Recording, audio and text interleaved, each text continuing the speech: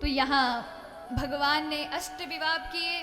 पहला विवाह रुक्मिणी जी से, दूसरा हुआ जामंती जी से, तीसरा सत्यभामा, चौथा यमुना मैया, पांचवा नग्न जीती, छठवा भद्रा, सातवां मित्रविंदा और आठवां लक्ष्मणा।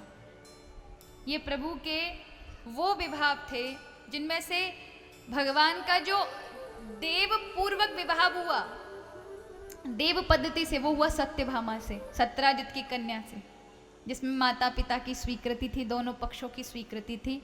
बाकी अन्य विवाह हुए, जैसे जामवंती जी के साथ जो विवाह हुआ उनमें उनके पिता की स्वीकृति थी।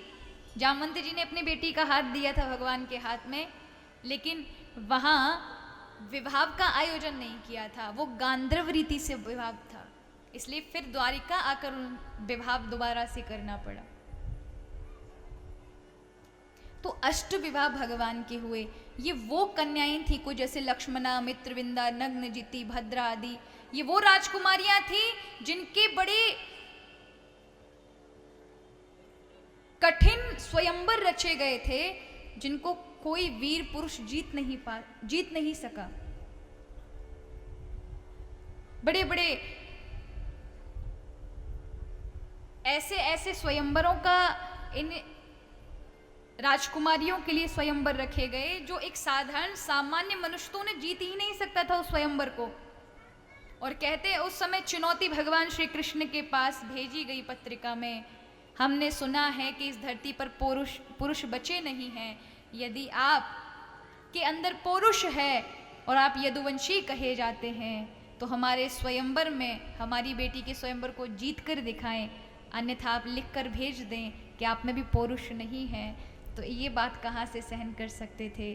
भगवान द्वारिकाधीश आए और एक क्षण के अंदर ही सारे स्वयंवर को, क्योंकि प्रभु की तो उंगली पर ही सब कुछ है, हमारा समस्त ब्रह्मांड है रोम रोम में, उनसे कौन क्या नहीं जीत सकते।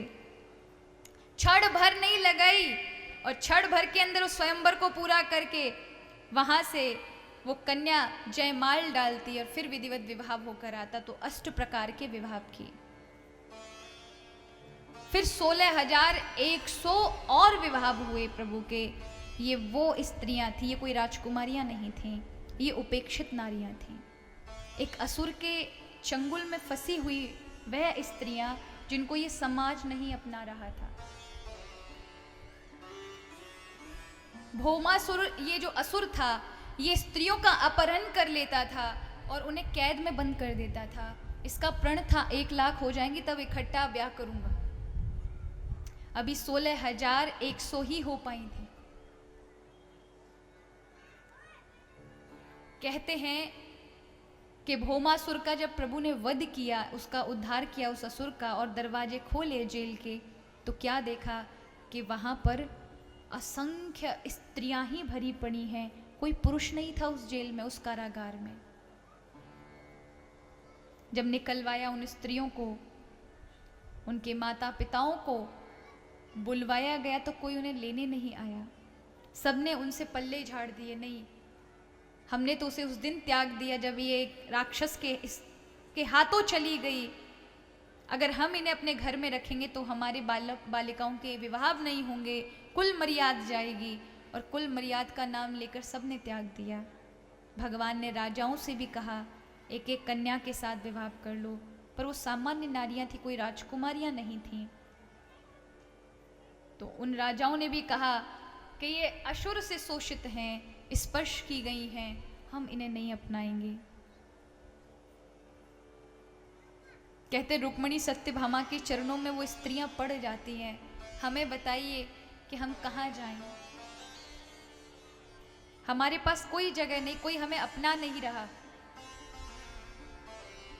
आप हमें वचन दे दें, या तो हम आत्महत्या कर लें, या आप हमारा उद्धार करवाइए, हमें कोई तो राह दीजिए, हमें कोई तो आश्रय प्रदान करिए। आपने तो इस असुर को मार करके इस समाज को उसकी दुष्टता से मुक्त कर दिया। लेकिन हमने क्या बिगाड़ा था जो आपने हमें ऐसा कर दिया? समाज के सामने हमें आज कलंकित होकर सब हमें देख रहे हैं। हम अंदर बंद थी, ठीक थी, दुनिया की नज़र में नहीं थी, आपने हमें उन सब की नज़रों में लाकर खड़ा कर दिया। अपनों की नज़रों में आज हमें गिरना पड़ रहा है, लोग हमें चरित्रहीन कह रहे हैं। तो फिर सत्यभामा जी कहती हैं आप चिंता ना करो, प्रभु अपनाएंगे। और वो जाती है भगवान से, कहती है हमने उन्हें आशीर्वाद दे दिया आपको विवाह करने। भगवान कहते हैं ऐसे कैसे? तो हमने तो बोल दिया। तो वो स्त्रियां कहते हैं कि उन 16,100 उन स्त्रियों के साथ भगवान ने विवाह किया और 16,100 रूप धारण करके किया एक मुहूर्त के अंदर।